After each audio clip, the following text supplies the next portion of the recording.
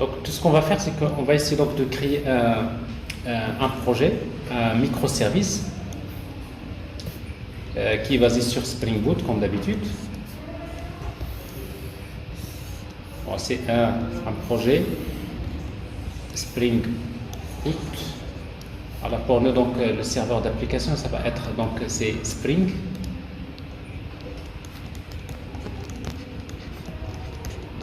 et on sait plus Tomcat. Alors pour nous, ça c'est le serveur d'application. Alors donc notre application va utiliser un système de gestion de base de données relationnelle, HDBD. Alors dans notre cas, on va utiliser dans la démo H2 une memory database. Et après, dans notre application, donc va se composer de deux couches principales, comme d'habitude. Il y a la couche DAO.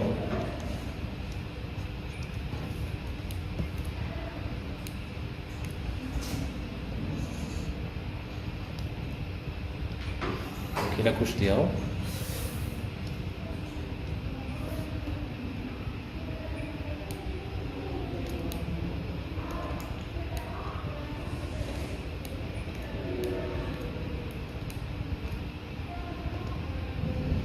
Donc il y a la couche DAO dans laquelle on va créer donc en fait d'abord on va gérer les comptes, on va créer l'entité GPA compte, du compte bancaire. Donc on va utiliser Spring Data comme d'habitude. Donc on va utiliser une interface compte repository.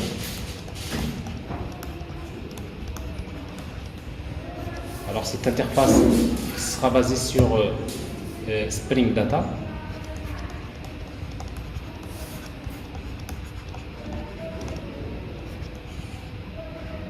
Alors Spring Data, on sait qu'il est basé sur GPA.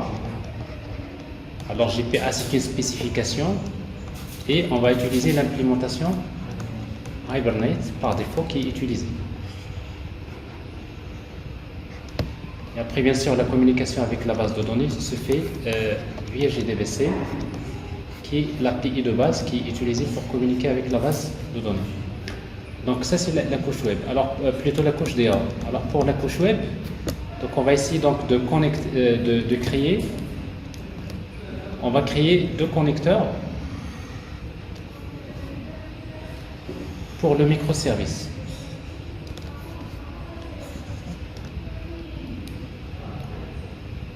Deux connecteurs. Alors le premier connecteur, donc on va créer un web service RESTful. Donc on va donc REST API.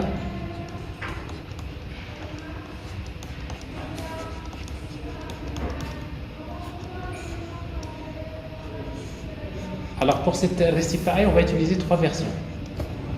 Trois manières de créer un web service RESTful.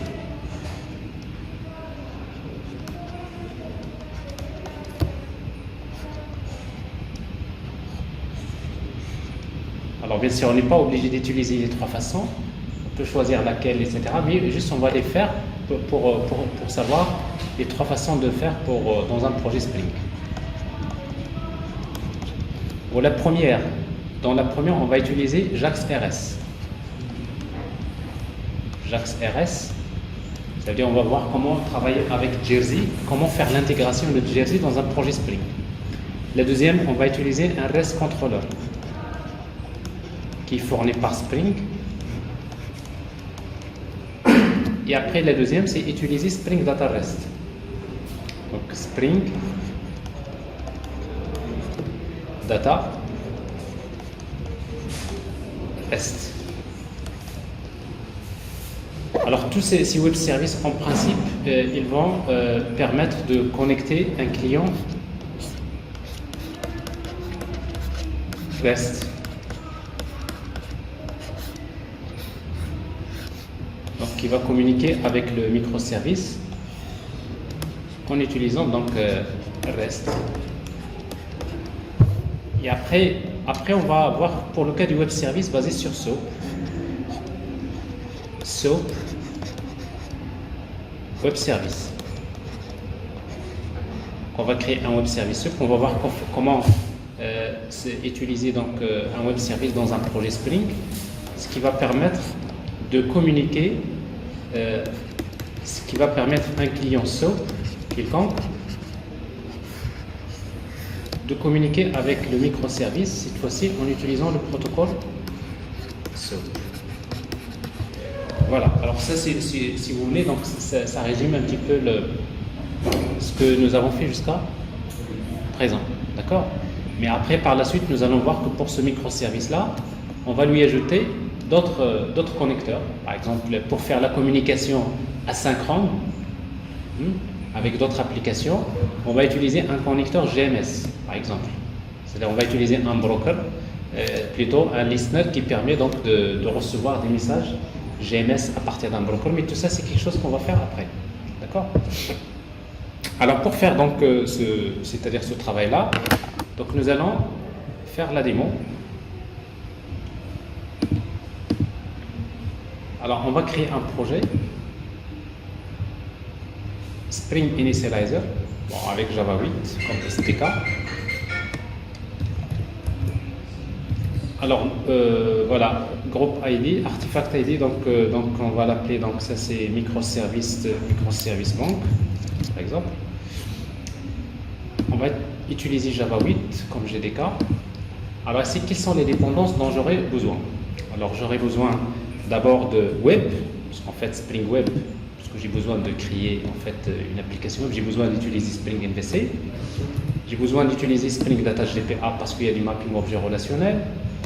Quel SGBD? Le SGBD que je vais utiliser, c'est H2 Database. J'ai besoin d'un driver pour H2.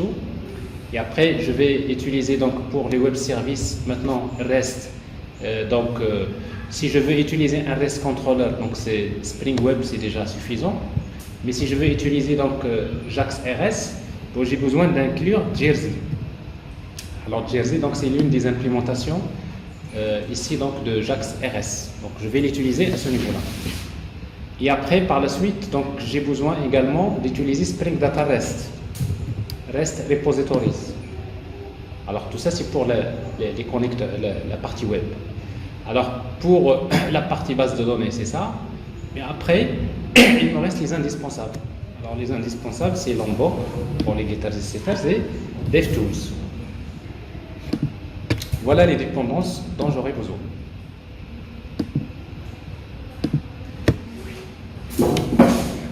Bien. Alors quand le projet est créé, donc on va commencer par créer d'abord la partie que vous avez l'habitude de faire, on l'a déjà fait plusieurs fois.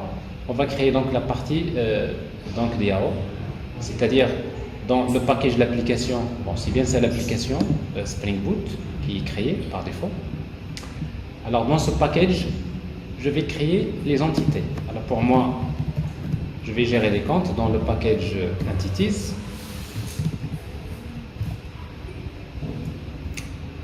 Alors en fait, un compte est défini par son ID, par le sort, par la date de création et par exemple par son type. Alors type, ça peut être n'importe quoi, mais supposons que vous voulez gérer des comptes qui peuvent être soit des comptes courants ou bien des comptes IPA. Vous avez deux types de comptes, ou bien trois, etc. Alors dans ce cas-là, vous pouvez utiliser donc les énumérateurs de préférence au lieu d'utiliser un string.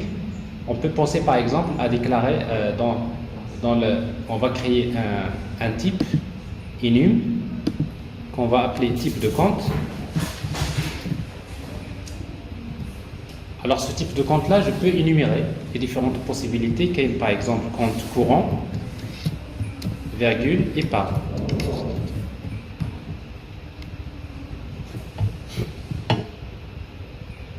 Alors ça, c'est les différentes valeurs possibles. Et comme ça, donc dans la classe compte, au lieu d'utiliser un string, je vais utiliser ici type de compte. C'est un type énuméré. Dans ce cas-là, donc type, ça peut être soit courant, soit par. Alors maintenant, pour que ce soit une entité GPA, ça on le sait, on va utiliser la notation Unity. Alors, c'est une entité, donc automatiquement on a besoin d'utiliser le ID. generated value, comme d'habitude, je vais utiliser l'identité. Et après, vous avez des annotations GPA, par exemple pour la date. Si vous souhaitez utiliser que date au lieu de date time, on va utiliser temporal. Donc ça, c'est une annotation GPA dans laquelle on va utiliser le format date au lieu de date time. Et après, maintenant, pour le type énuméré, il y a une autre annotation qui s'appelle enumerated. Ça, c'est du GPA. Bon, l'année dernière, on ne l'avait pas utilisé. Dans laquelle, le type énuméré, ben, vous allez dire tout simplement la valeur que vous allez utiliser. Il y a deux valeurs possibles. La valeur par défaut, ce qu'on appelle ordinaire. Alors, ordinaire, ça veut dire quoi? Ça veut dire qu'au niveau de la base de données, l'attribut type, il sera de type numérique. C'est-à-dire pour compte courant, c'est 0, par exemple, compte épargne, c'est 1. Il va utiliser des nombres. C'est-à-dire pour... ça, c'est par défaut, hein, au niveau de la base de données. Mais si vous souhaitez utiliser un string dans la base de données au lieu d'un type numérique, vous voulez garder carrément la chaîne de caractères courant et épargne, alors dans ce cas-là, vous utilisez string. Bon, ça, c'est juste... alors maintenant, dans la pratique, parfois, il y en a ceux qui vont préférer garder en chaîne de caractères le type dans la base de données parce qu'il y a d'autres utilisateurs de la base de données qui ont besoin un petit peu de manipuler ces informations. Mais dans la majorité des cas, on peut utiliser par défaut, si vous ne mettez rien d'ailleurs, si vous ne mettez pas cette annotation par défaut, ce qui va être utilisé, c'est ordinal. Alors d'ailleurs, je vais commencer par ça, ordinal, et vous allez voir. Alors ça, c'est GPA. Alors maintenant, pour les getters et setters, ça on le sait. Donc on va utiliser donc les annotations Lombok.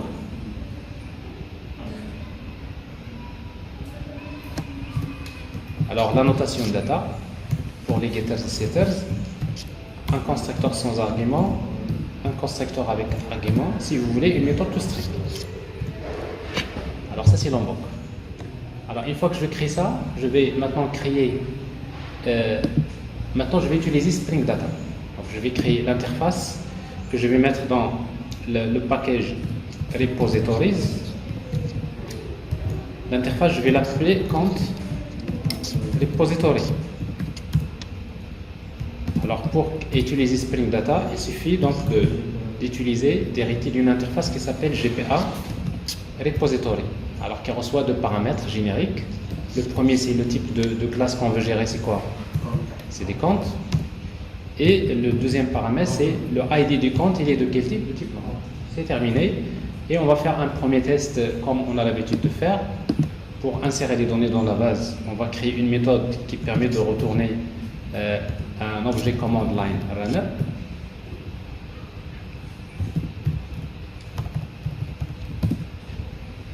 La commande line runner.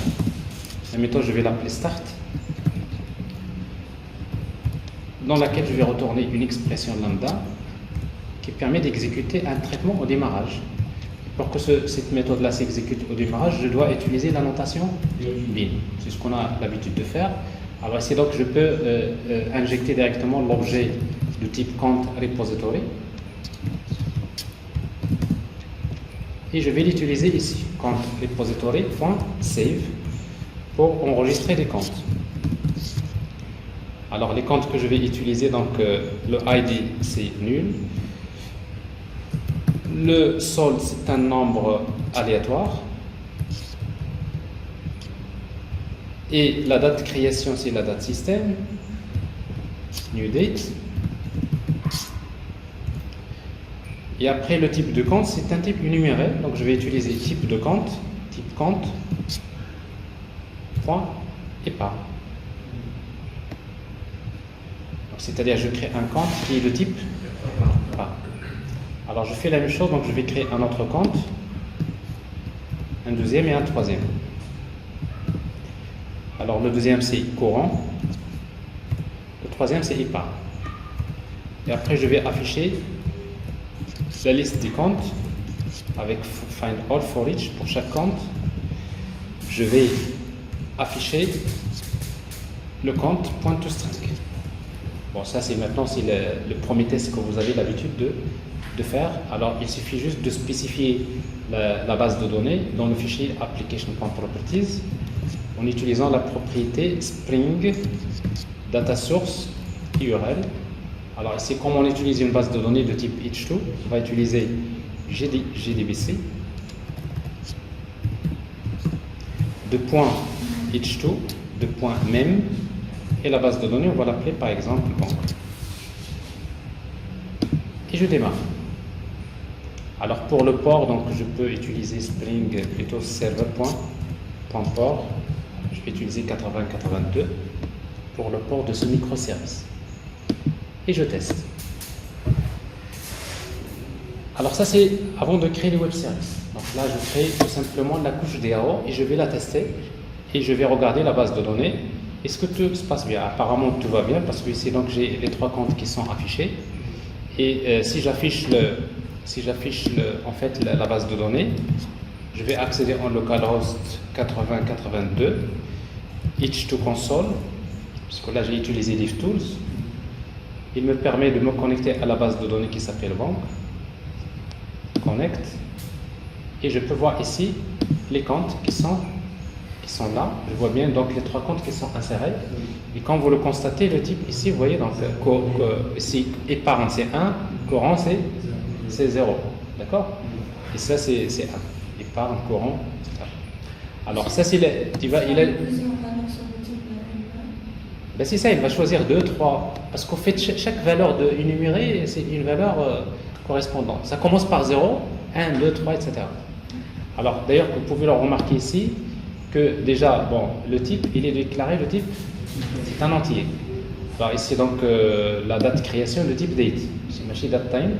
Alors maintenant, si vous voulez utiliser le type string au lieu de le type ordinal, on va changer ici. Donc, dans la classe compte, on va tout simplement utiliser string et je redémarre.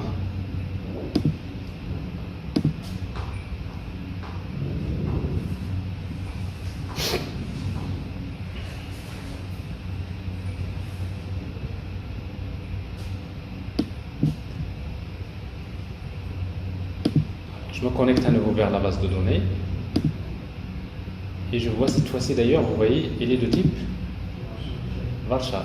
Alors si je regarde les données dans la table, je vois ici, c'est plutôt, donc c'est clair ici, les comptes courants, épargne, etc. Alors sauf que si vous gardez le type string, il faut faire attention parce que par défaut, le type est combien de caractères, varchar, combien de 155, c'est beaucoup. Donc pour pouvoir redimensionner bien sûr les types string, ben, il faudrait utiliser la notation colonne. Alors la notation colonne, ça vous permet de changer le nom de la colonne. Mais si vous voulez garder, vous ne voulez pas changer le nom, vous voulez juste garder par exemple les autres informations, vous choisissez length.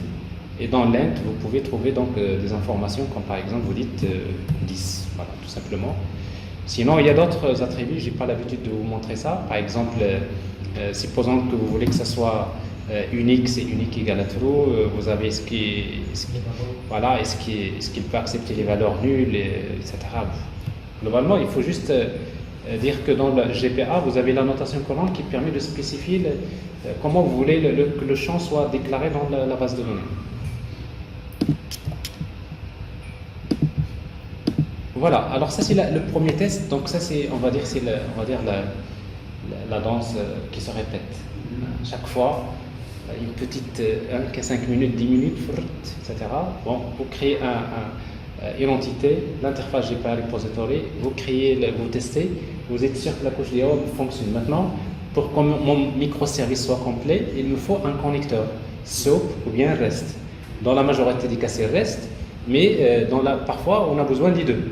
Alors maintenant, on va essayer donc de voir comment créer d'abord un connecteur REST en utilisant les 3 techniques. Quelles sont ces 3 techniques? JAX RS avec Jersey. Deuxième, REST Controller. Et la troisième, c'est Spring Data REST. Très bien. Alors juste avant, on va quand même regarder dans la base de données, puisqu'on a fait une modification ici. Vous voyez donc ici type, il est de type varchar. Donc ça, tout ça, c'est réglé. Alors maintenant, pour créer le web service, donc dans le package de l'application, on va créer en fait notre service compte REST API JAX RS API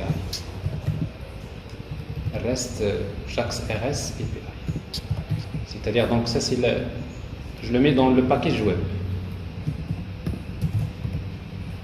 Il faut faire attention parce que je suis toujours dans le même dans le package de l'application. C'est-à-dire, il faut toujours respecter, ça on l'a déjà dit plusieurs fois, il faudrait que toutes les classes que vous créez soient dans un package qui est à l'intérieur du package de l'application. Sinon, ils ne seront pas scannés par défaut.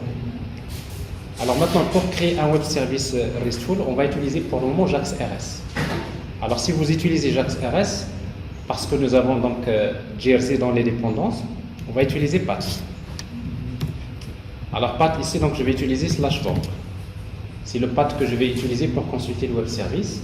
Et après ici, donc j'ai besoin de créer une méthode qui permet de consulter par exemple la liste des comptes.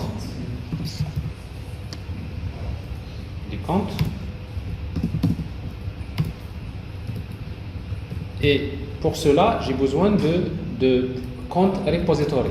Alors, comme on a fait d'habitude, je déclare un objet de type compte repository. Je vais faire l'injection des dépendances. Mais là, il faut faire attention.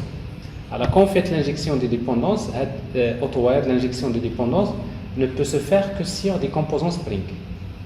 C'est-à-dire, Spring ne peut injecter, ne va pas interpréter AutoWire, il ne va pas l'interpréter si ce n'est pas Spring qui a créé, qui a instancié la classe. Alors maintenant, d'habitude, on utilise REST Controller. REST Controller, ça veut dire que c'est un composant Spring. Mais ici, Path, ce n'est pas un composant Spring. Path, ce n'est pas une annotation de Spring. Il ne la connaît pas. Donc c'est pour cela qu'il faudrait ajouter l'annotation component. Alors le fait d'ajouter l'annotation component, ça veut dire que c'est un composant Spring. Maintenant, c'est un composant Spring, c'est Spring qui va l'instancier, donc ça veut dire que cette injection des dépendances va fonctionner. Parce que sinon, vous allez trouver un truc nul, pointer, exception, etc. parce qu'il n'injecte pas. Non, il ne va pas le scanner, parce qu'en fait, pour lui, si ce n'est pas un composant, il ne scanne que les composants Spring. Donc l'injection des dépendances ne peut fonctionner que sur des composants qu'il a créés lui-même. Alors maintenant, vous voyez déjà, bon, ici, ça c'est toujours IntelliJ. Il vous dit, vous avez une classe, normalement c'est un web service JAX-RS, mais jusqu'à présent, il n'y a pas de méthode. Parce qu'en fait, il faut compléter. Alors ici, donc, je vais utiliser compte repository.findAll. Mais pour accéder à cette méthode-là, maintenant, je dois dire, voilà, path. Alors, quel est le path que je vais utiliser? C'est donc /count. Je vais utiliser quelle méthode? Get. Donc la notation get. Et après, il y a la notation produces. Alors il faut faire attention parce que produces, il y a une annotation de JAX-RS. Parce qu'il y a une autre de Spring. Quand je suis dans JAX-RS, j'utilise les annotations JAX-RS. Parce qu'il y a parfois des annotations qui portent le même nom, mais il y a une de Spring, il y a une autre de JAX-RS. Alors, ici, produces, ce que je vais faire, je vais utiliser pour le moment, je vais utiliser donc MediaType. La même chose. Vous voyez donc MediaType, il y a AWT, il y a Spring, il y a JAX-RS. Donc, je vais utiliser JAX-RS et je vais dire que c'est Application JSON. Après, par la suite, on va ajouter également d'autres possibilités XML. Pour le moment, je vais garder que JSON. Alors, après, donc, je vais créer les autres méthodes. CTRL-V.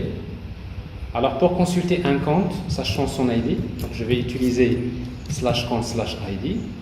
Alors dans ce cas-là, la méthode, il va retourner un objet de type compte.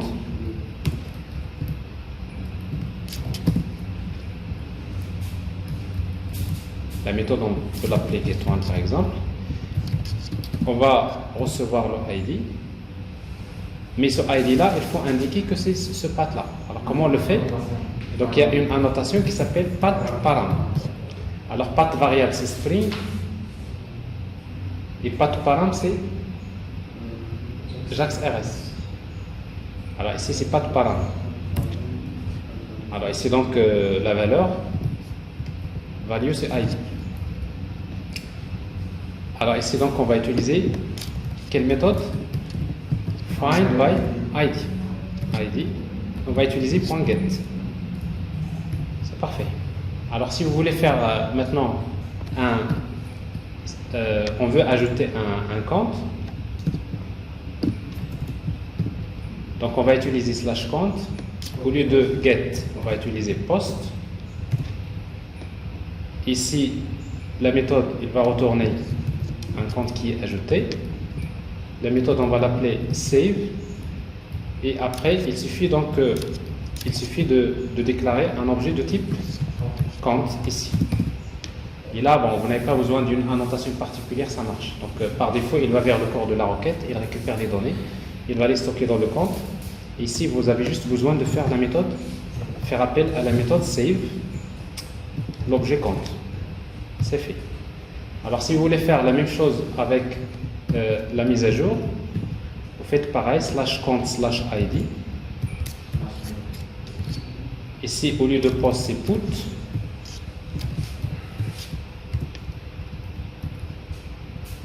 La méthode, on va l'appeler update.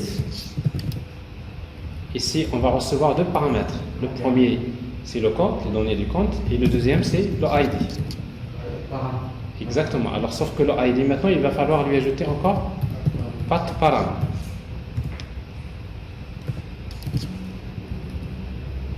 C'est-à-dire ce ID-là. Alors, avant de faire save, on va utiliser compte.setID de ID.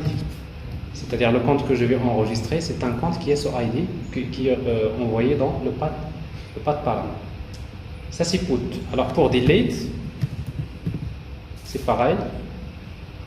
On va utiliser ici delete. On va utiliser quoi ici, bon, on va utiliser void, il n'y a pas de problème. La méthode, on va l'appeler delete. Ici, on reçoit que le ID comme paramètre. Ici, et directement, on va appeler compte repository .delete by ID.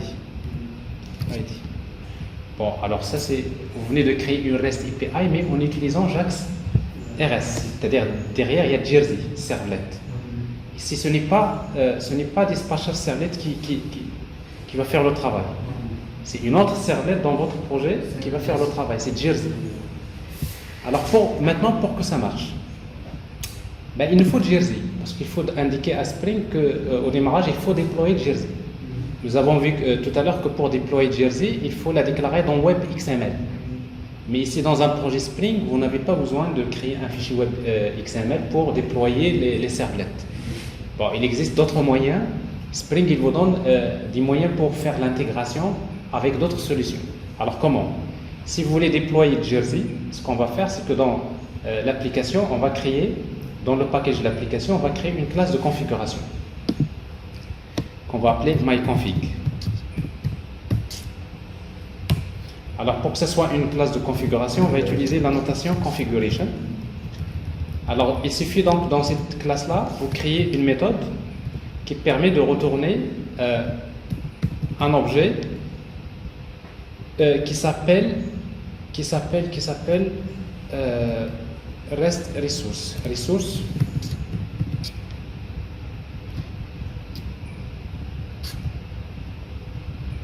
Resource config. Alors ouais, donc resource config, c'est quelque chose de Jersey. C'est bien ça, c'est elle qui va déployer la servlette de Jersey. Et après, la méthode, vous l'appelez comme vous voulez.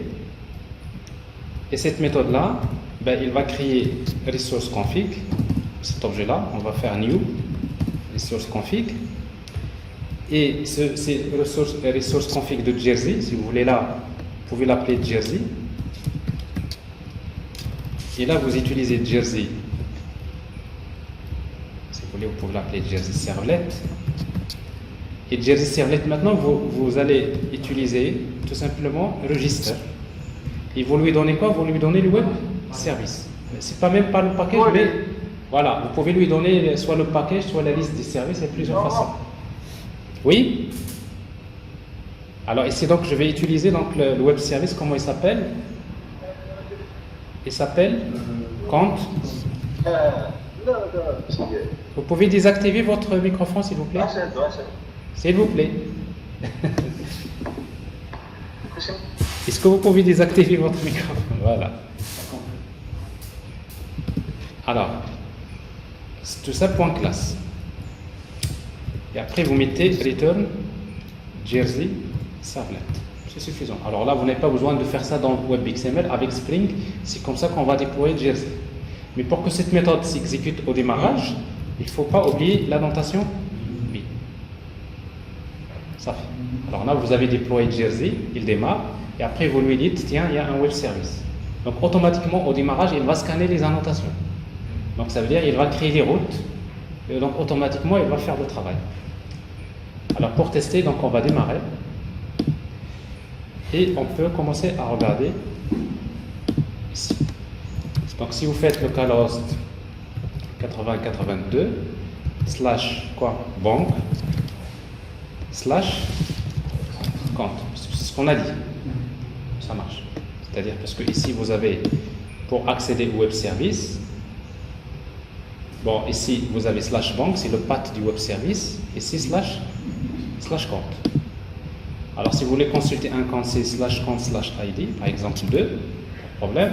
Vous voulez ajouter un compte, donc là vous avez besoin d'utiliser Advanced REST Client par exemple.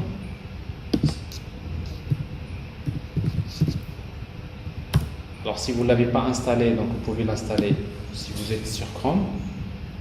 Sinon on va utiliser SoapUI, parce que SoapUI qu'on a utilisé la dernière fois, on peut l'utiliser aussi bien pour tester les web services basés sur Soap et pour REST. Alors ici donc je vais utiliser, si je fais un post, je vais faire slash banque ici 82 slash banque slash compte. Alors vous voyez ici donc il y a deux headers qui sont importants quand vous testez, il y a content type et accept. Alors ici donc je spécifie, si vous mettez rien par défaut, donc en fait ici bon il suppose qu'il vous donne la valeur par défaut. Alors ici donc je spécifie bien que j'attends le format JSON. Alors dans body donc je vais envoyer des informations sur le compte. Par exemple j'ai le solde égal virgule par exemple le type, le quoi d'autre franchement, quel est le solde, la date de création, le type, voilà le type. Alors le type donc ici je spécifie, alors donc il n'y a pas de type. Alors type d'abord, qu'est-ce que je vais mettre par valeur? Est-ce que je vais mettre 0 ou bien 1? Alors si vous mettez 0, vous enregistrez, vous allez comprendre, il vous dit c'est un type courant, il a compris. Parce qu'en fait pour les types énumérés, vous pouvez lui dire je veux ajouter un autre compte, mais avec le type égal à 1. Vous voyez donc il l'ajoute également, donc c'est un compte qui parle. Ou encore vous dites carrément type égal courant. Ça marche également. Courant. Vous voyez donc ici, c'est que c'est un type courant. Alors la date je ne l'ai pas spécifiée, donc il va garder la valeur nulle. Alors si vous voulez faire la mise à jour, faites put slash par exemple 1, et dans ce cas là vous dites tout simplement je vais changer par exemple le solde et le type. Bon le type je vais le garder, je ne vais pas le changer, et là vous voyez donc le solde a changé. Alors si vous voulez faire la suppression, vous faites delete slash compte slash 1, vous faites ça et les supprimer. Et après si vous faites un get pour à nouveau consulter la liste des comptes, donc on voit bien qu'elle est supprimée, donc pas de problème. Donc ça c'est quoi? C'est Jersey. Derrière Jersey Servlet. Ça veut dire dans votre projet maintenant, vous avez deux servlets. Il y a Dispatcher Servlet qui ne fait rien pour le moment, parce qu'il est là, il est démarré, qui ne fait rien. Et vous avez une autre servlet qui s'appelle Jersey Servlet. Qu'est-ce qui intercepte maintenant vos requêtes? C'est Jersey Servlet. D'accord? Alors, mais en réalité, alors maintenant, si vous voulez tester avec un outil comme SoapUI, ça on a déjà vu. Ça. Alors, on va créer new REST project. On va tester le projet, c'est http://localhost 8082. C'est ça ce qu'on appelle le host. Et après, si vous voulez, bon, vous ajoutez ici les ressources que vous voulez tester. C'est slash banque slash compte. C'est un get, hop, Alors vous avez les données en format JSON, ils sont là. Vous mettez post, put, delete, bon ça marche également. Mais si vous regardez juste ici, supposons je donne ici media type, par exemple la liste des comptes, ici, liste des comptes. Je vais mettre par exemple JSON, virgule, media type, virgule, media type, point, XML. Ça veut dire que ici, donc, je lui donne, tu peux générer soit JSON, soit XML selon la demande du client. Alors, dans ce cas-là, qu'est-ce qui va se passer? Alors, il faut juste comprendre une chose, c'est que quand on sérialise en format JSON, alors par défaut, Jersey, il va utiliser Jackson, la librairie qui s'appelle Jackson, qui permet de convertir les objets Java en JSON. Mais si vous voulez convertir en XML, il utilise JAXB.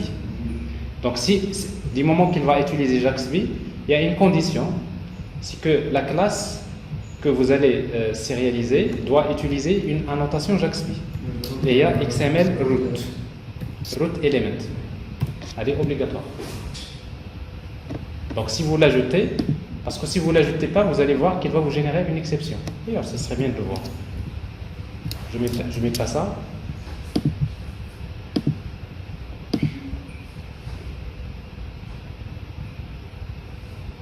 Alors maintenant, si je suis dans SoapUI par exemple, je fais get la liste des comptes.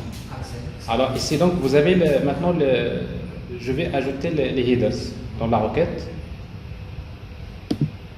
Alors ici donc je vais ajouter un header qui s'appelle accept. C'est quoi la valeur? Application slash par exemple JSON au départ. Alors si je fais ça, bon là il n'y a pas de problème, il me donne les données au format JSON. Mais si je lui demande de me retourner XML, ça ne marche pas. Alors si je regarde ici, il y a une exception. Il y a une erreur, not found. Il vous dit que vous me demandez XML, mais je ne sais pas, parce que comment il va savoir qu'il va utiliser JAXB?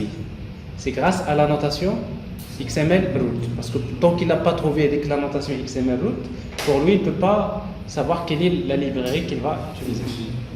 Alors c'est pour cela, donc, ici, pour corriger ce problème, je vais utiliser ici XML root element. Je redémarre.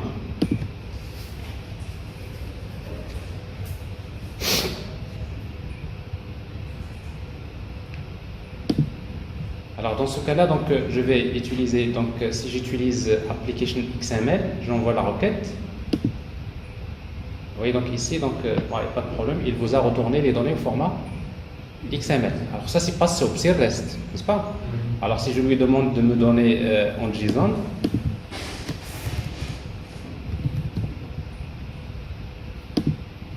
il me donne les données au format JSON. Donc vous voyez, donc c'est le même web service. Donc c'est à moi de lui demander qu'est-ce que je veux. Est-ce que je veux XML ou bien je veux le format JSON? C'est clair cette partie-là? Bien. Alors maintenant, vous savez maintenant comment faire l'intégration de Jersey et JAX-RS avec Spring. Mais en réalité, quand vous travaillez avec Spring, ce n'est pas la peine d'utiliser JAX-RS. Ça n'a aucun sens. Pourquoi? Parce que vous venez d'ajouter une servlette en plus et d'autres librairies en plus, alors que Spring sait déjà le faire sans JAX-RS. Parce que Spring dispose déjà, avant même JAX-RS, Spring utilisait un contrôleur MVC. Spring MVC savait déjà faire ce genre de choses, avant même REST. Donc ce qui fait que si vous travaillez dans un projet Spring, ce qu'on va faire, on va maintenant désactiver Jersey. Alors si vous voulez désactiver Jersey, le plus simple c'est quoi? C'est tout simplement d'aller vers la configuration, ici, la config, myconfig, et vous mettez cette annotation bin en commentaire. Vous la mettez en commentaire, ça veut dire qu'elle ne sera pas exécutée, donc il n'y a pas de Jersey, donc normalement notre web service ne va plus fonctionner. Il est là, il est instancié, mais c'est un composant qui est en mémoire, mais qui n'est pas utilisé. Alors ici donc nous avons un petit souci.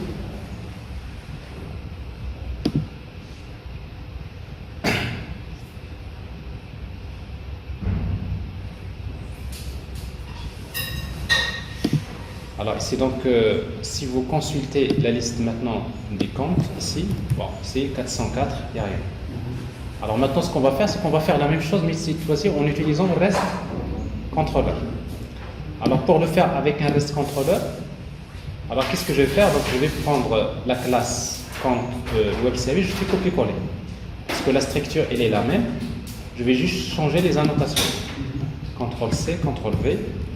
Et au lieu de JAX RS, je vais l'appeler REST Controller.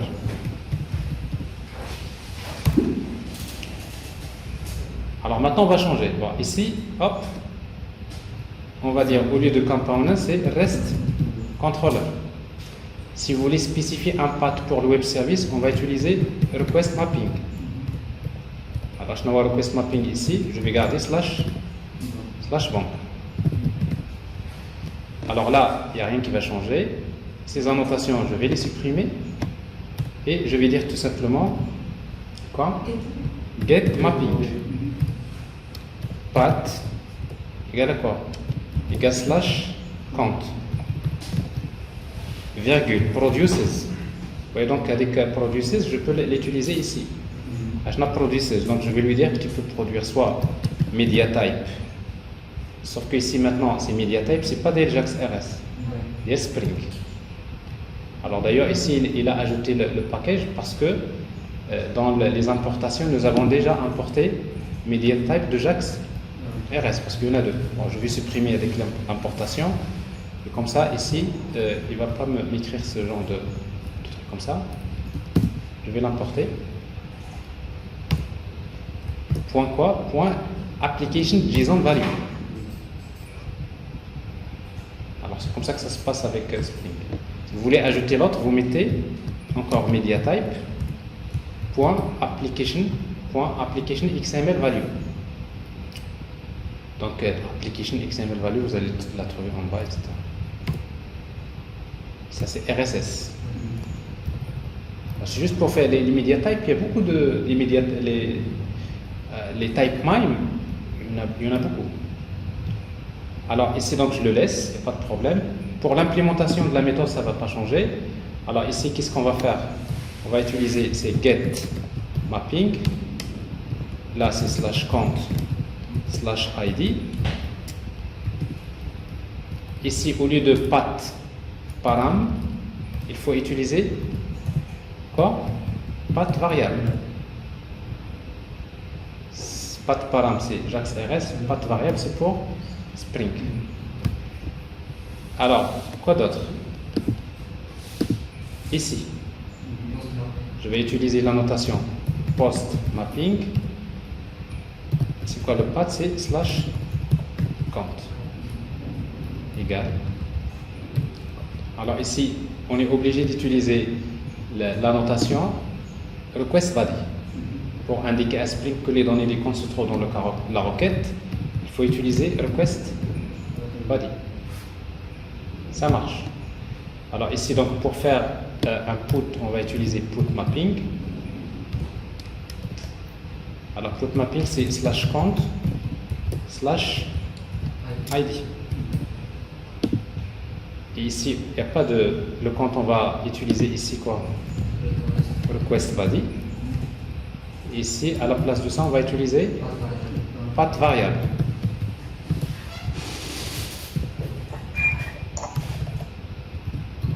Path variable.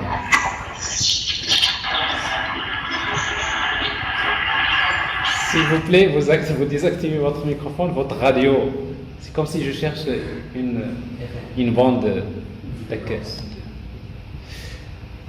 Alors, qu'est-ce qui reste? Ben, il reste delete mapping. Delete mapping slash count slash id. Et à la place de path param, vous utilisez path variable. Et nous aurons terminé. Vous voyez donc c'est la même chose, sauf que avec REST control c'est encore plus simple, c'est plus. Mais ce que vous gagnez finalement, c'est que finalement vous utilisez ici quel servlet? C'est dispatcher servlet. Bon, c'est-à-dire vous utilisez Spring MVC pour votre web service. Quel est le plus de ce contrat de GSP? Le plus fiable, c'est en fait Spring MVC. Pourquoi? Parce que quand vous utilisez Spring, oui, vous faites déjà l'inversion de contrôle avec Spring. Ça veut dire que quand il y a un problème, par exemple, de scalabilité, parce que quand il y a la charge, c'est que Spring qui va gérer Donc vous êtes dans l'écosystème Spring. Donc c'est plus simple par la suite d'avoir quelque chose de plus performant. Donc ça veut dire que quand vous êtes dans un projet Spring, ça ne sert à rien d'utiliser JAX RS. Mais par contre, il y a des entreprises qui vont vous exiger, non, on va utiliser JAX RS. Dans ce cas-là, vous devrez savoir comment le faire. Mais si vous travaillez dans un projet qui n'utilise pas Spring, il n'y a pas 50 000 solutions, il faut utiliser JAX RS. Donc le standard J2E, c'est JAX RS. Bon, Spring, il est un peu intelligent parce qu'il vous dit, voilà ma façon de faire, mais si vous voulez intégrer GPA, vous voulez utiliser Spring, vous voulez utiliser JAX RS, vous voulez utiliser donc Hibernate ou non. Bon. C'est un peu c'est pour cette raison que Spring, généralement, il est plus préféré, parce que c'est souple, j'utilise ce que je veux. Donc Spring, il vous permet de s'intégrer avec les spécifications que vous voulez. Si par exemple, vous voyez que GPA, même si c'est du J2E, vous voyez que c'est pas très efficace, par exemple, vous cherchez Spring, il va vous donner... c'est comme l'exemple, quand vous avez des bases de données MongoDB, c'est pas des bases de données relationnelles. Donc ça veut dire que GPA ne marche pas.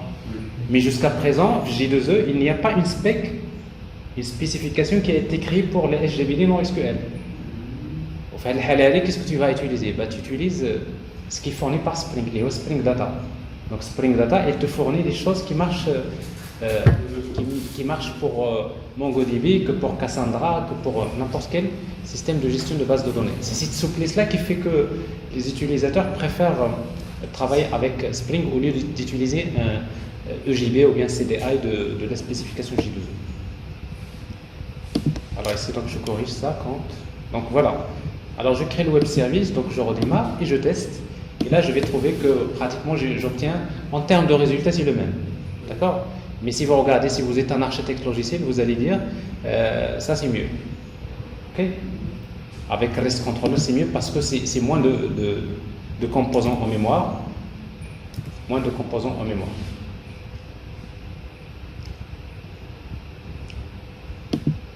Alors maintenant, ça marche. Alors, je vais vous dire pourquoi il y a ce message. Alors si vous mettez get/count, j'envoie la requête.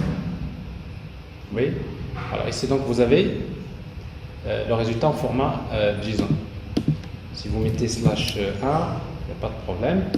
Mais sauf que le problème maintenant, c'est du moment que nous avons utilisé les deux, donc il faut toujours envoyer le header. Accept. Soit ça, soit ça. Alors le problème c'est que quand vous utilisez votre navigateur comme ça ici, là, vous n'avez pas envoyé accept. Donc pour lui, il vous dit, c'est quoi ça? Je ne sais pas quoi faire. Parce qu'il faut lui dire, est-ce que tu veux utiliser ça ou bien c'est un peu ce... Donc ça veut dire qu'en réalité, si vous voulez tester les web services, donc il vous faut toujours utiliser un outil. SoapUI, c'est le plus général. Donc ici, vous mettez les headers que vous voulez, vous testez, vous faites put, delete, il n'y a pas de problème. Alors maintenant, la même chose. Alors, nous avons déjà expliqué la dernière fois, quand vous créez un web service RESTful qui ne fait que ça, qui ne fait que ajouter, supprimer, etc. Pour ça, vous n'avez pas besoin de le faire parce qu'il y a Spring Data REST. En fait, Spring Data REST a déjà créé un web service générique qui marche pour n'importe quelle entité GPA qui est basée sur Spring Data. Alors maintenant, ce qu'on va faire, la même chose, on va désactiver ce web service. Je vais mettre cette annotation REST Controller en commentaire. Ça veut dire que je n'ai plus de REST Controller.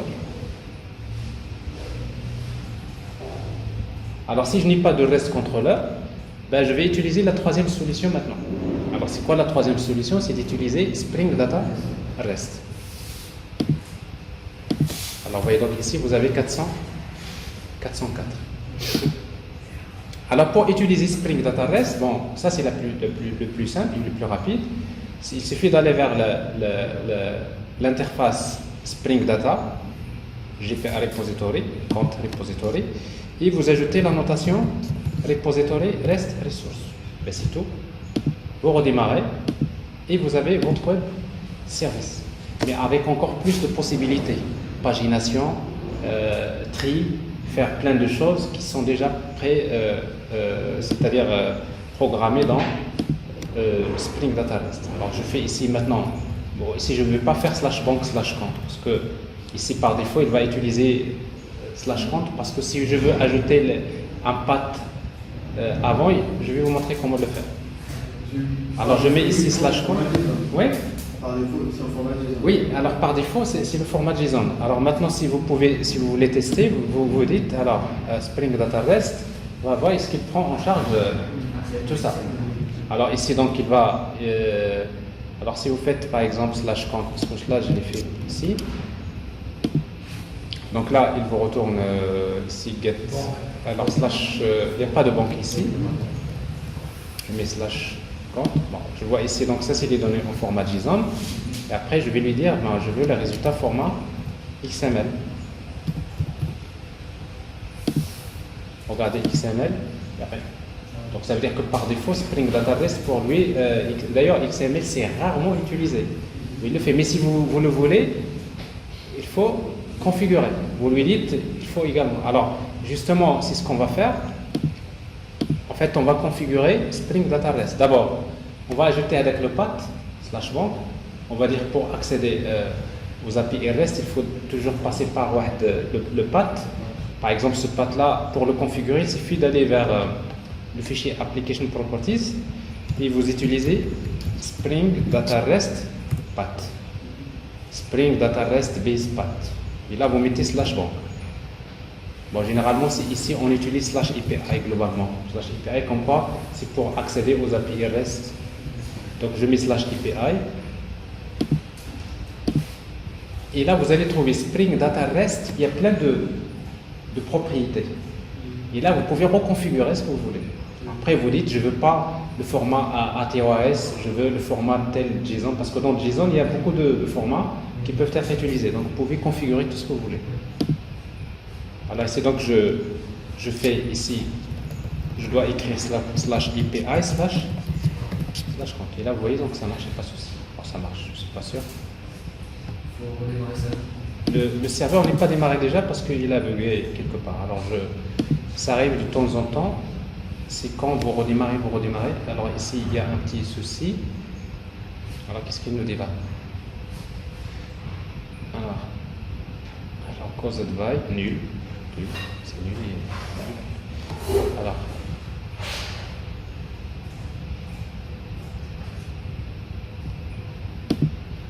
j'ai pas ajouté grand chose, en tout cas.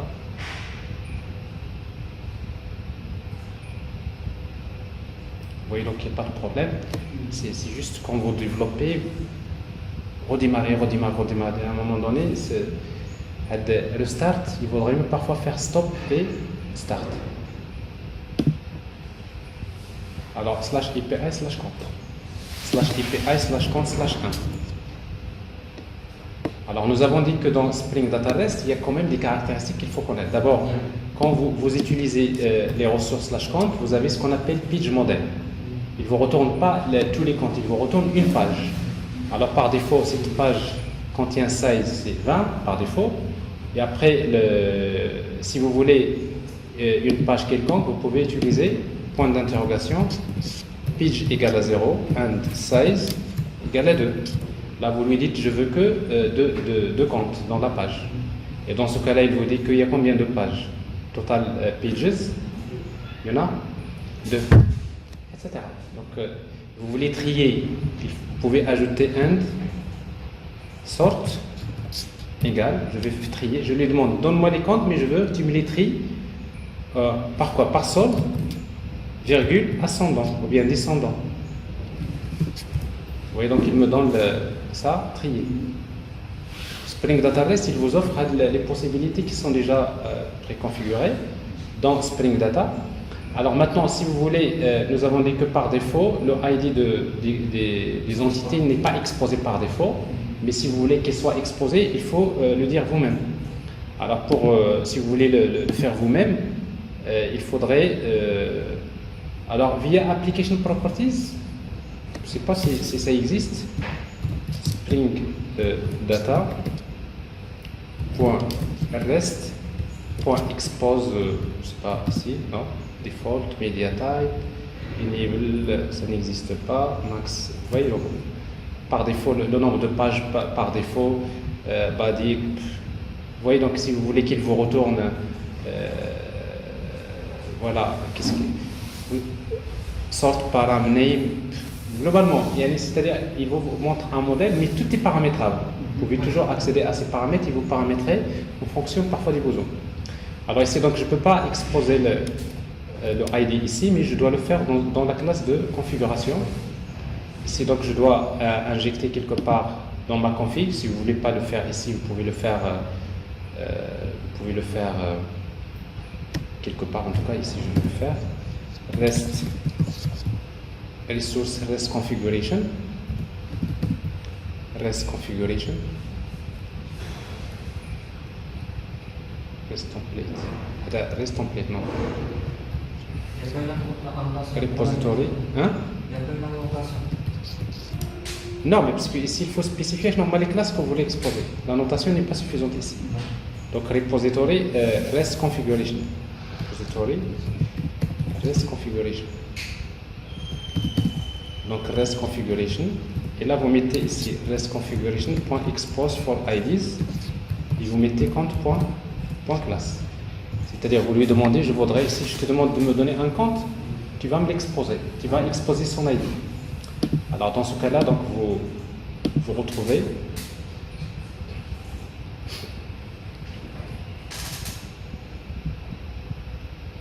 alors ça c'est comme je disais de temps en temps, et c'est ce petit problème.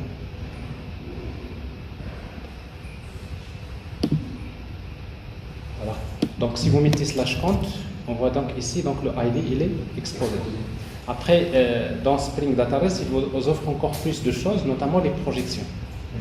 Alors les projections, nous avons dit, si vous voulez, supposons quand vous mettez /compte, il va vous retourner tous les attributs de compte. Si vous avez une centaine d'attributs dans la table compte, il va vous retourner tous les 100 attributs. Vous allez commencer à dire, quand vous serez professionnel, ça c'est pas normal. Parce que vous avez une application mobile, vous récupérez un compte avec des centaines d'attributs, alors que dans votre application mobile, l'utilisateur, il veut juste voir le solde et quelques informations. Alors après, si vous cherchez, est-ce qu'il y a un moyen, d'ailleurs c'est ça le problème de REST. Je n'ai pas l'inconvénient de RESTful. C'est ça le problème. Le problème de RESTful, c'est quoi? C'est que quand vous demandez une ressource, il vous donne tous les attributs de la ressource. Vous n'avez pas un moyen avec lequel le client peut spécifier les attributs qu'il veut. Alors c'est la raison pour laquelle Facebook il a créé quelque chose qui s'appelle GraphQL. Alors GraphQL il a été créé par Facebook justement pour dire que voilà c'est mieux que le reste. Pourquoi? Avec GraphQL qu'est-ce qu'on va avoir? Quand vous envoyez la requête, vous dites je veux la liste des comptes, mais en même temps dans la requête vous dites je veux uniquement le solde et tel. Et du coup donc il vous retourne que les attributs que vous demandez. Alors maintenant si vous voulez rester dans REST, sachez que dans Spring Data REST il vous donne quelque chose de similaire. Alors qu'est-ce qui est similaire? On a les projections. Parce qu'avec les projections, qu'est-ce que je vais faire? Je vais créer des projections ici dans mon web service. En fait les projections d'ailleurs, si vous créez des projections, il faut les créer dans le même package où se trouvent les entités. Sinon ça ne marchera pas. Donc ici dans le même package où se trouvent les entités, je vais créer une projection que je vais appeler compte projection 1. Vous pouvez créer plusieurs projections. Alors pour que ce soit une projection, il suffit d'utiliser la notation projection name. Par exemple ici supposons la projection, je vais l'appeler par exemple solde. Je veux que le solde par exemple. Et vous dites que ça s'applique pour les types compte uniquement. Et dans ce cas-là, si j'utilise cette projection-là, je vais ici utiliser la méthode getSold. C'est-à-dire si je lui demande getSold, il va retourner un DAM. Donc ça veut dire que je lui spécifie que si je te demande de me donner les comptes avec la projection solde, tu me donnes que le solde. Et après je vais créer une deuxième. Si projection 2. Je vais créer le fichier, je vais la déplacer dans le fichier, c'est pareil. Et là, il a créé. Ici, donc, si je lui demande par exemple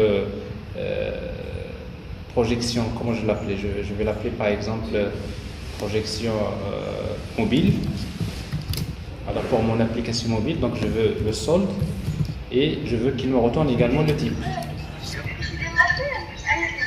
S'il vous plaît, vous désactivez le... Alors type compte. Vous voyez donc get type, il retourne type compte. Et là donc j'ai ajouté des projections et après ces projections là je peux les utiliser dans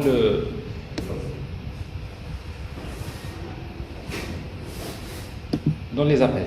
Alors si je demande par exemple /compte /1, il me donne tous les attributs. Mais si je ne veux pas tous les attributs, je lui ajoute à chaque fois point d'interrogation, projection, projection égale par exemple solde. Là il me donne que le solde et après je lui donne mobile et il me donne le solde et le type. Donc c'est à peu près c'est c'est pas du GraphQL parce que GraphQL c'est plus fort que ça. GraphQL lui il donne au client. C'est-à-dire ce n'est pas le backend qui prépare déjà des recettes. C'est le client lui il peut demander ce qu'il veut. C'est ça en fait si vous voulez la différence par rapport à REST. OK? C'est drôle parce que ça s'intègre facilement avec... Alors, c'est encore plus... Non, si vous voulez faire une API basée sur GraphQL au lieu de REST classique, vous allez quand même taper des codes, beaucoup de configurations à faire par rapport dans Spring. Donc j'aurai l'occasion de vous faire ça une démo une autre fois, d'accord? C'est important de savoir, mais il n'y a pas d'équivalent Spring Data REST GraphQL, non, ça n'existe pas. Spring sûrement il va le créer un jour. Un truc générique qui marche avec des annotations comme ça serait... Mais sinon, en attendant, c'est toujours comme ça que ça se passe. Donc Spring, au début, quand il y a une nouvelle technologie, donc là, il vous donne la possibilité de l'intégrer avec pas mal de configurations qu'il faut mettre en place. Mais il faut d'abord comprendre c'est quoi GraphQL, il faut comprendre, c'est-à-dire ces choses-là. Alors, vous voyez, donc ça, c'est le web service basé sur Spring Data REST, et dans lequel j'exploite un certain nombre de choses qui sont liées à Spring Data REST, notamment les projections. Mais n'oubliez pas, ici vous voyez donc, rappelez-vous donc les links. Vous voyez donc Spring Data REST, il respecte la 4e règle. Il met les liens entre les ressources. Donc si j'ai par exemple un compte appartient à un client, d'accord? Alors qu'est-ce qui va se passer? Alors c'est ce que je vais ajouter, il me reste encore 10 minutes. Alors j'ai le compte, j'ai l'entité client. OK? Client. Alors pour moi, un client est défini par son ID. Il est défini par son nom.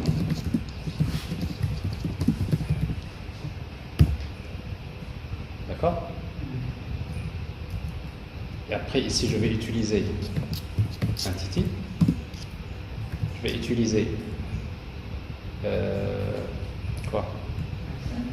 Bon, déjà ID. Tout ça, c'est du GPA. ID, generated value, identité, et après l'envoc, c'est data, no arg constructor, all arg constructor, méthode to5 si vous voulez, bon, c'est pas toujours nécessaire. Alors, je fais ça, et après vous dites un client peut avoir plusieurs comptes. Les relations, j'ai une collection de comptes.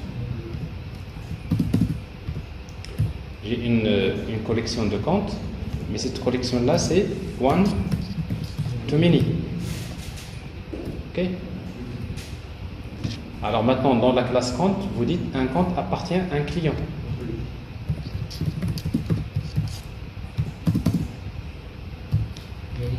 Et ici, vous allez utiliser many to one.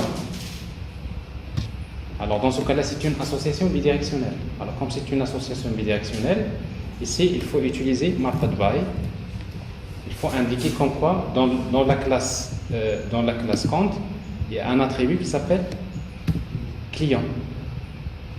C'est pour cela qu'on fait mapped by. Ici, quoi? L'attribut qui s'appelle client. Donc ça, c'est du GPA. One to many, many to one. Alors maintenant, il vous faut l'interface de client repository. Je vais la créer ici.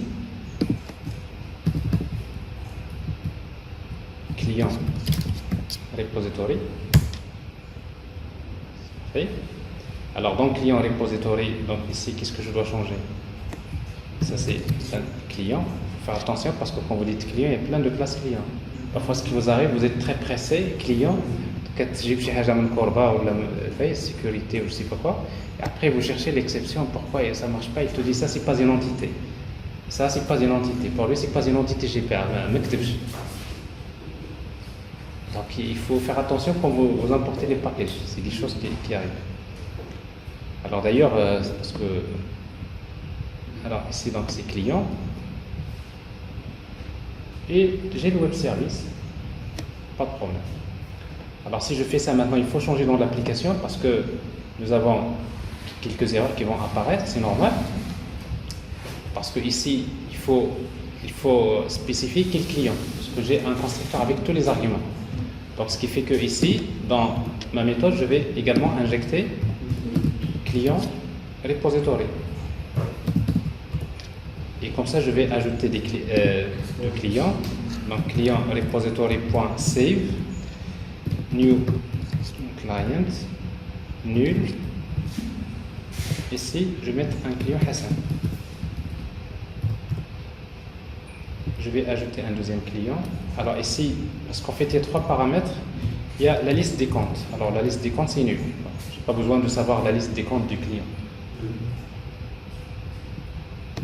Sinon, vous créez plusieurs constructeurs. Voilà, Hassan Mohamed. Donc j'ai deux clients. Le premier, c'est client C1. Ici, c'est le client C2.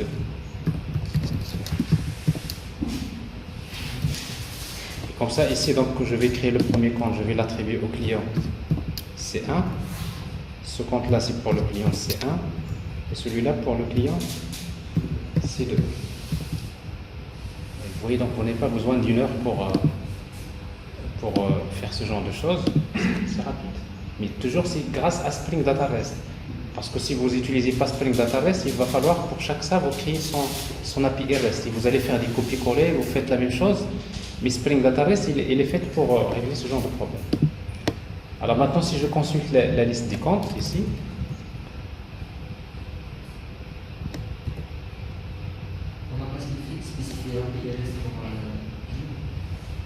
non, mais ici, donc c'est API pour tout. On a configuré API pour. Donc, il y a juste une erreur au démarrage.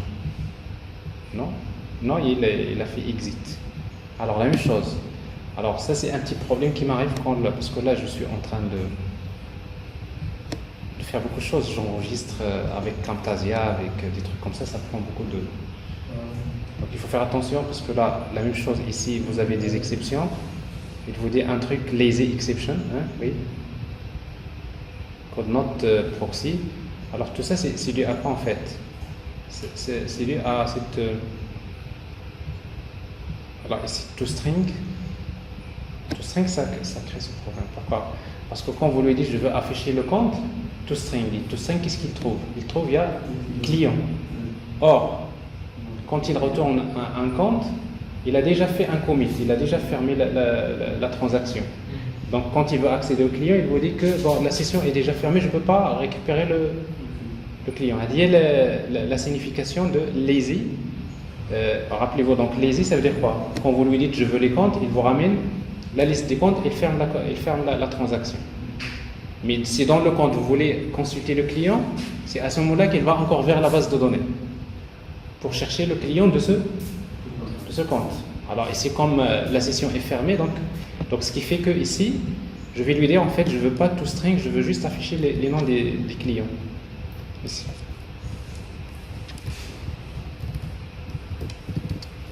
Get solde.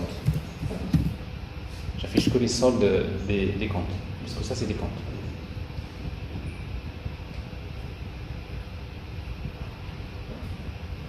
Et donc ça c'est, parfois si vous ne savez pas ce genre de choses, vous allez rester une journée, 2 journées, 3 journées, 4 jours, ça ne marche toujours pas. On envoie un mail sur USFI, il ne répond pas, je lui envoie avec mon WhatsApp, c'est plus rapide, je regarde avec l'exception, je vous dis voilà l'erreur. C'est très simple. Alors, mais après il faut le dire que généralement si vous êtes méthodique, vous prenez l'exception, vous la mettez. Généralement, si vous avez un peu plus de pratique, c'est plus simple de trouver.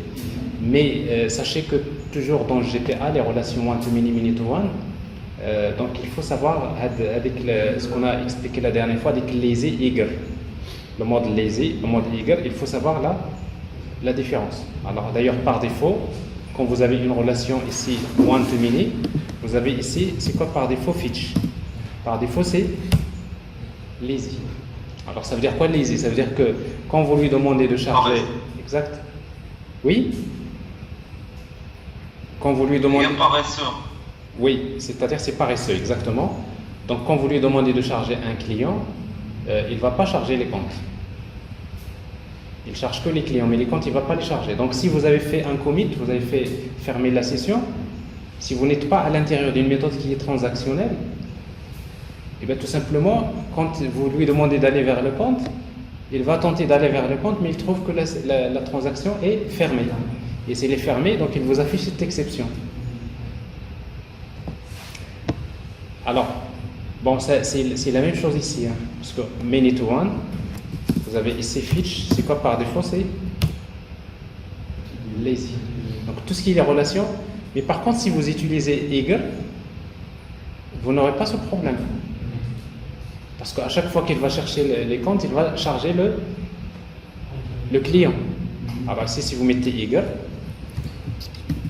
ça peut causer des problèmes de performance. mais par contre, vous risquez de charger des données dont vous n'avez pas besoin. D'accord? Mais tout ça, c'est quand même quelque chose dont on a parlé l'année dernière, donc il faut y revenir. Donc tout ça, on ne le fait pas, mais c'est implicite.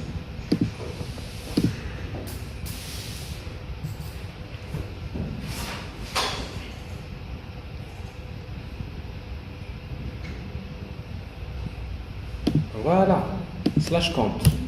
Je vois mes comptes, vous voyez donc ici, j'ai mon compte, mais en même temps dans les links, regardez, hop, j'ai client. Si je veux connaître le client de ce compte, j'ai un lien avec client. Si je clique dessus, il me donne le client, mais là, il me dit problème.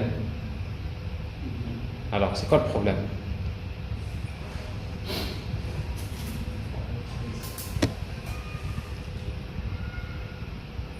Alors, c'est toujours lazy initializer, etc. Alors, là, je n'ai pas parce que là, eager, bon, c'est pas ce que je veux. Non, ici, alors, je reviens au client. Ici, alors client, ici, donc, vous voyez, ici, donc, par défaut, c'est lazy. Donc là, normalement, ça ne devrait pas poser de problème.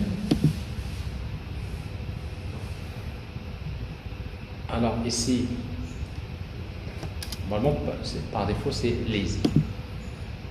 Et ça, c'est par défaut, c'est lazy. Donc, Adep Spring Data REST, normalement, ça ne pose pas de problème. Et après, je vais regarder donc Spring, donc là, il n'y a pas de souci. Ça ne devrait pas poser de problème. Alors, ici, je mets slash client, par exemple. Alors, je vois la liste des clients. Et quand je vois le client, je peux voir les comptes de ce client. mais avec une projection. Mais ici, donc quand je clique, il faut que j'enlève slash projection ici. Bon, je vois les comptes du client. Alors maintenant, je veux voir le compte, un compte. J'ai un compte, mais je veux voir son client et j'ai le client. À partir du client, je peux voir ses comptes. Si le client est en relation avec... Donc c'est ça les liens entre les ressources. Donc avec Spring Data REST, vous avez ces links. Mais si vous n'utilisez pas Spring Data REST, c'est à vous de faire ça. Et ça, c'est du travail. Hein. C'est la raison pour laquelle la majorité des développeurs qui travaillent avec d'autres frameworks, JS ou de l'ASMA, ils font pas les links, ils ne prêtent pas attention. Donc ils ne l'utilisent pas. Donc ce qui fait, il faut connaître déjà l'URL, il faut connaître ça, la règle. Si vous connaissez la règle, ces liens-là, bon, vous pouvez les deviner, etc. dans votre application. Oui. C'est clair? C'est parfait. Alors donc nous avons fait à peu près le tour. Je voulais vous montrer un dernier point. Le dernier point, c'est quand vous faites la recherche. Alors avec Spring Data REST, du moment que nous utilisons Spring Data, dans l'interface par exemple compte repository, ici donc je vais, supposons je voudrais chercher, je voudrais par exemple chercher par type. Je voudrais la liste des comptes et je vais utiliser find by type. Le type, donc c'est un objet de type compte.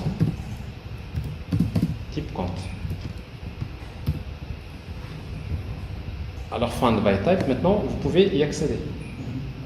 Alors pour y accéder, il suffit d'utiliser, alors ici donc l'attribut, je vais l'appeler type si vous voulez.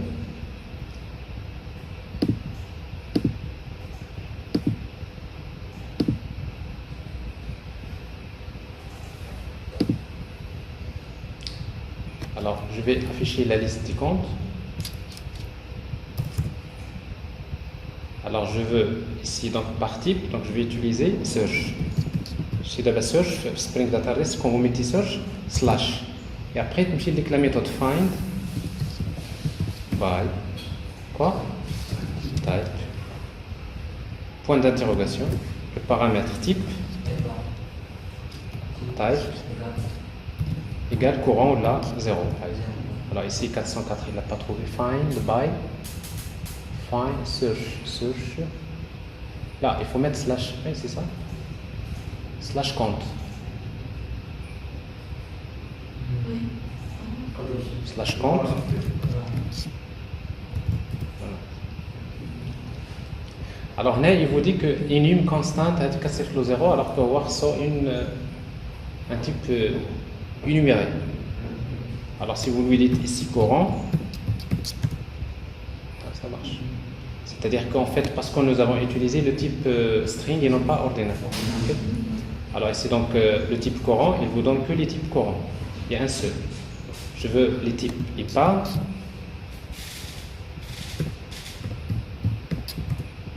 Je vois que les types ipar ici. Après, vous voulez chercher par client. Vous voulez chercher par d'autres critères, ça vous savez le faire. Alors maintenant, pour ne pas garder le même nom ici, vous pouvez utiliser REST resource. Alors si vous mettez REST resource, si vous mettez path égale slash, après vous l'appelez par exemple type by type. Vous pouvez l'appeler comme vous voulez. Alors dès que ça la méthode, au lieu de taper le nom, je vais utiliser by type. Et pour ne pas utiliser le paramètre type, je peux utiliser la notation param. Et comment il s'appelle le paramètre T. Au lieu de type, je vais utiliser T. Alors, et c'est ça la magie de Spring, c'est bien les annotations, parce que Spring c'est le premier qui a vraiment utilisé les annotations les frameworks. Et lui, c'est le premier qui a exploité la généricité.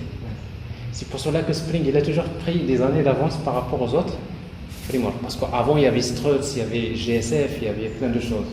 Mais après, donc cette possibilité-là a rendu la programmation d'une manière, on va dire, très agréable et très simple. Alors ici, je vais utiliser, c'est pas find by type, je vais utiliser by type. Ici, au lieu de type, je vais utiliser t. Et ça marche. Et voilà, donc on a fait le tour. Alors ici, donc comme je disais, si vous voulez chercher par d'autres attributs, bon, pour ça c'est maintenant tout ça, find by c'est Spring Data. Alors dans Spring Data, vous avez beaucoup de possibilités, mais tout ce qui est la notation REST Repository, REST Resource, et ça c'est Spring Data REST. D'accord? REST Resource c'est Spring Data REST. Ben voilà, alors donc vous voyez donc ici qu'est-ce qu'on vient de faire? Donc on vient de montrer comment créer un microservice. Et ce microservice là, on peut dire que ce microservice, si vous voulez le dessiner d'une autre manière, ben on va dire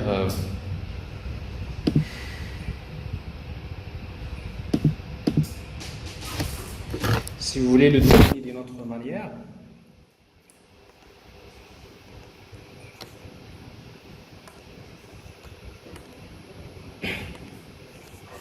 alors pour dire votre microservice,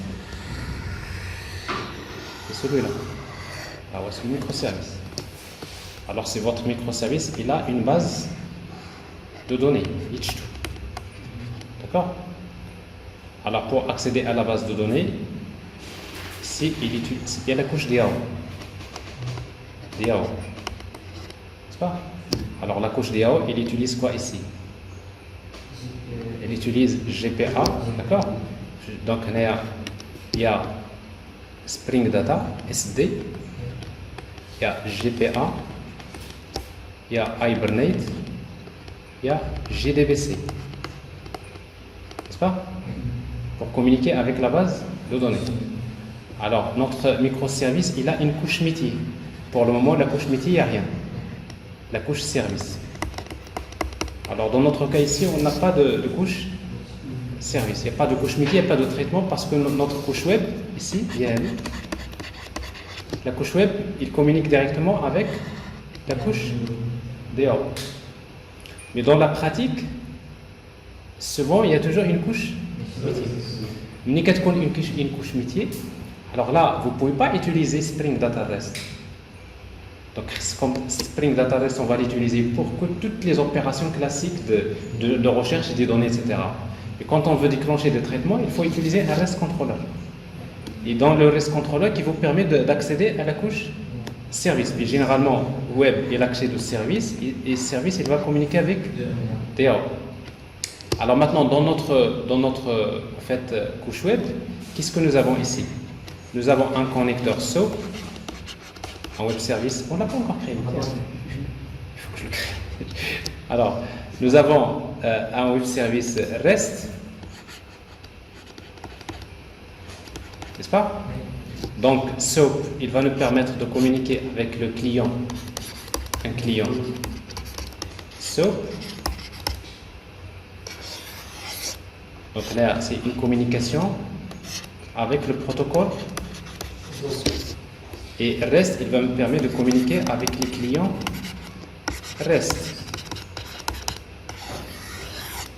Là, la communication se fait via REST. Et pour créer ce connecteur REST, donc on va utiliser ici, nous avons utilisé les trois façons. Jersey, REST Controller et Spring Data REST. Alors maintenant, on va ajouter le connecteur SOAP. Alors pour ajouter le connecteur SOAP, ici, je vais créer un web service basé sur JAX RS. Alors pour les web services JAX RS, je vais prendre la même classe ici, CTRL-C, CTRL-V. Oui? JAX WS, tout à fait. JAX WS. Donc je vais créer compte SOAP service. Alors, pour SOAP service, bon, ici, qu'est-ce qu'on va faire? Alors, comme annotation, web service. Vous voulez lui donner un nom, vous utilisez service name égale compte ou bien banque WS par exemple. Ici, pour faire AutoWired à nouveau, il faut que ce soit un composant Spring. Donc il faut utiliser la notation component. On est bien d'accord? Parce que sinon, celle-là ne va pas marcher. Qui met de neuf, parce que la notation web service, c'est JAX WS, c'est pas du Spring. Donc il faut que ce soit un composant Spring. Et après ici, on va supprimer ces annotations et on va utiliser, pour consulter la liste des comptes, on va utiliser tout simplement web méthode. La méthode, on va l'appeler compte list. Et la même chose ici, on va utiliser web méthode. La méthode s'appelle getOne. Exactement. Ici, au lieu de param, on va utiliser web param. Le paramètre s'appelle name égale ID. Les autres, on va les effacer, c'est la même chose. Je vais garder que deux méthodes. Dans le web service basé sur vous avez créé maintenant le web service, mais il faut le déployer. Et pour le déployer, il faut utiliser JAX WS. Il nous faut un serveur JAX WS. Il faut démarrer. Dans une application Java, la dernière fois, j'ai utilisé endpoint.publish. Il faut rappeler. Alors ici, donc, on va le faire avec Spring. Et pour le faire avec Spring, on va encore vers la classe de configuration. Comme j'ai fait avec ça, je vais intégrer maintenant JAX WS. Alors pour le faire, il suffit d'utiliser une classe qui s'appelle Simple JAX WS Exporter, qui est fournie par Spring, dans laquelle vous créez Simple JAX WS Exporter égale new. Et vous utilisez service exporter.set Bisp adresse. Alors c'est quoi l'adresse qu'on veut utiliser pour constituer le web service? Je vais utiliser ici 0.0.0.0 slash. Je vais utiliser slash quoi? Slash quoi? Le port. Le port 88. Je peux utiliser ce que je veux, un autre port, par exemple pour le connecteur, slash, c'est tout. Et je fais return service exporter. Mais à condition d'utiliser ici la notation bin. Donc vous voyez, donc vous venez de voir comment faire l'intégration d'un web, comment déployer un web service JAX WS en utilisant Simple JAX WS Exporter. Il y a d'autres solutions qui sont beaucoup mieux. Mais ça, c'est la plus simple. Alors, on va démarrer. Comme quoi, monsieur? Quoi?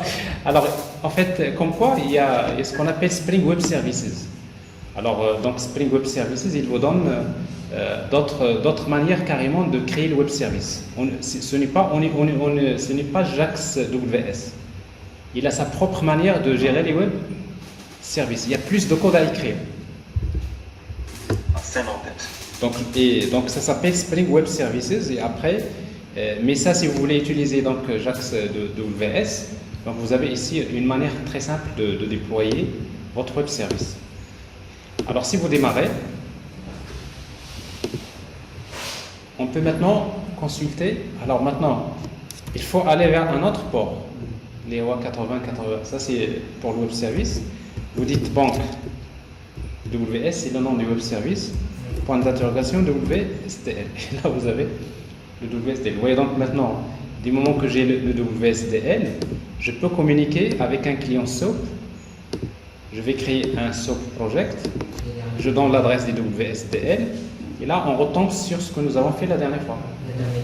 Exactement. Voilà la liste des comptes. Je veux consulter la liste des comptes. Ça, c'est une requête SOAP. J'envoie la requête et je reçois la réponse. Je ne reçois rien. Alors si je ne reçois rien, ça veut dire qu'il y a une erreur au niveau d'une exception ici. L'exception, il faut l'avoir. Address already in use. Donc avec le port 80, il est déjà utilisé. Pourquoi? Il est déjà utilisé. Parce que ici, j'ai déjà un projet que j'ai fait le matin avec les étudiants. Celui-là, il est toujours encore de démarrage. J'ai fait la même chose. Donc, et il va falloir que je redémarre ici.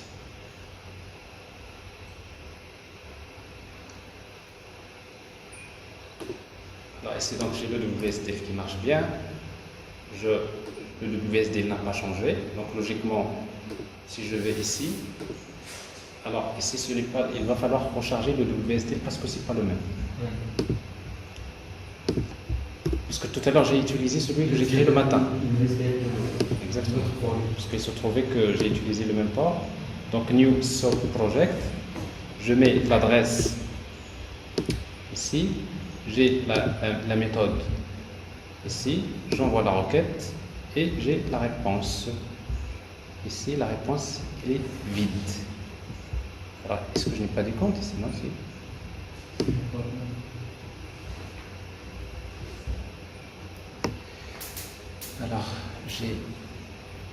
Alors, je regarde un peu Alors, je regarde le web service, SOAP service. Alors ici, j'ai web méthode, get list count, je retourne la liste count, il n'y a pas de problème, web méthode, il n'y a pas de problème, AutoWire, il n'y a pas de problème, il n'y a pas de problème, il n'y a pas de problème. Alors je redémarre et je vais regarder. Alors normalement, j'ai la liste des comptes. Normalement, les données, je devrais les avoir ici. Je crois que ça vous avez demandé juste les soldes. Là, ماشي حالات les soldes. En fait, le reste, je peux faire ce que je veux ici. Ça c'est le reste qu'on a fait les projections. Mais ici, les projections, pas de. Alors slash quoi? Slash 80-80. Là c'est pour. Oui, c'est API slash. Juste pour vérifier est-ce que déjà. Parce que là, il y a quelque chose qui bloque. Alors là, c'est démarré. 80-82. Oui, 80-82. Ah, on perd un peu les pédales. Alors, c'est la fin de la journée. Alors, voilà, donc j'ai reste. Alors, ici, donc, j'ai bien des comptes. Donc, alors, ici, si je demande, alors, comme ça, alors, ici, il faut que je m'assure bien que je suis dans le bon WSDL. Alors, ça, je suis sûr que c'est le bon. Après, il est démarré. Je crée ce project. Je vais le tester. Oui. Alors, j'envoie la requête. Ici. Monsieur, c'est quand même le bon. Vous avez utilisé le WSDL de bord 80, 88, 82. Et ouais. On a le port 88, 82, je pense. Non, on a utilisé, ici, on a déployé le web service. Le web service est déployé en 80. Alors, le web service, il est déployé en 80, 88, 88. Donc là, il n'y a pas de problème. HTTP, etc., pas de souci ici. Ok.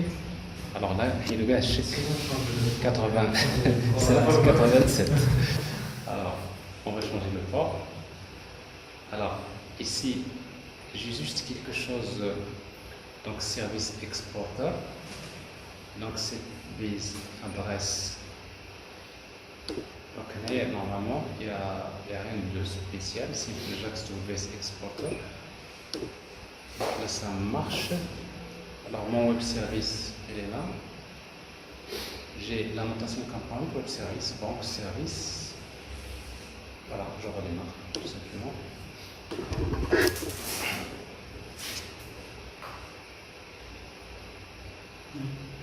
Donc, liste.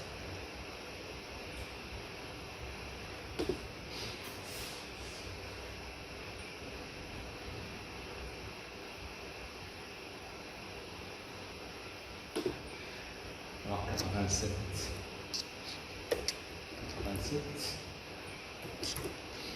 Le WSDL est là. Alors, on va encore tester. New Soap Project. Voilà son WSDL. Je l'appelle le projet 1. Comme ça, on va être sûr qu'on est dans le bon projet. Alors, j'ai plein de trucs là. Oui, donc ça, c'est des petits problèmes. Alors, mon projet, c'est celui-là. Oui. Je vais maintenant get one. je veux un compte dont ID égale, j'ai ici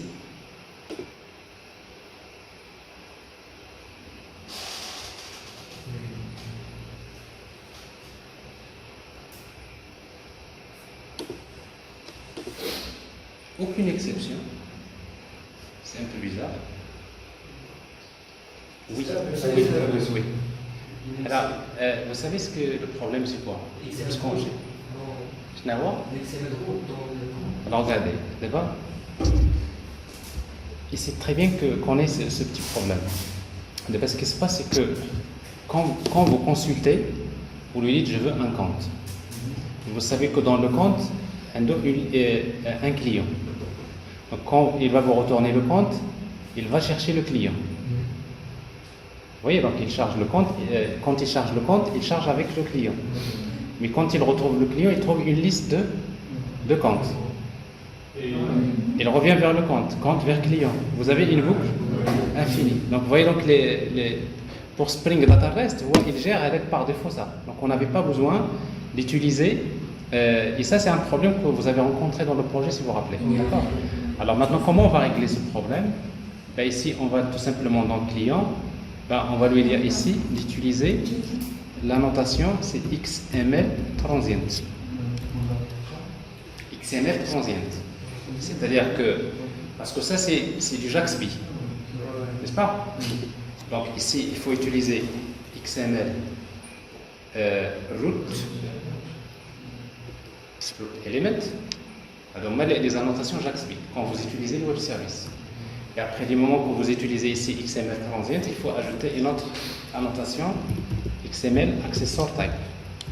Donc, accessor XML accessor type et vous mettez field. Alors, field, j'ai expliqué la dernière fois, ça veut dire quoi? Si vous lui dites que les annotations JAXB, je vais les placer sur les attributs et non pas les getters. C'est ça la signification de field. D'accord? Ok? Et après, si vous voulez faire la même chose pour Jackson, ça c'est XML transient pour JAXB. Mais si vous voulez la même chose pour Jackson, vous utilisez JSON ignore ou la JSON properties. Vous voyez donc à JSON ignore, c'est pour Jackson. Tu lui dis quand tu vas retourner les clients, ce n'est pas la peine de retourner les comptes. Ok? Alors, ce qui fait que la classe compte ici, vous avez XML root element. Là, il va vous retourner le client. C'est pas grave. Vous pouvez le laisser.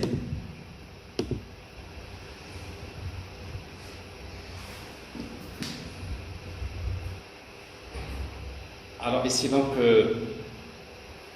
je dois recharger le WSTL parce que l'interface va changer. Copier. Je consulte, donc je crée un nouveau, je vais tester. Là, pour ne pas se tromper, le projet, je vais l'appeler T, test. On est bien ici. Donc ça, c'est la requête. Alors ici, qu'est-ce que je récupère?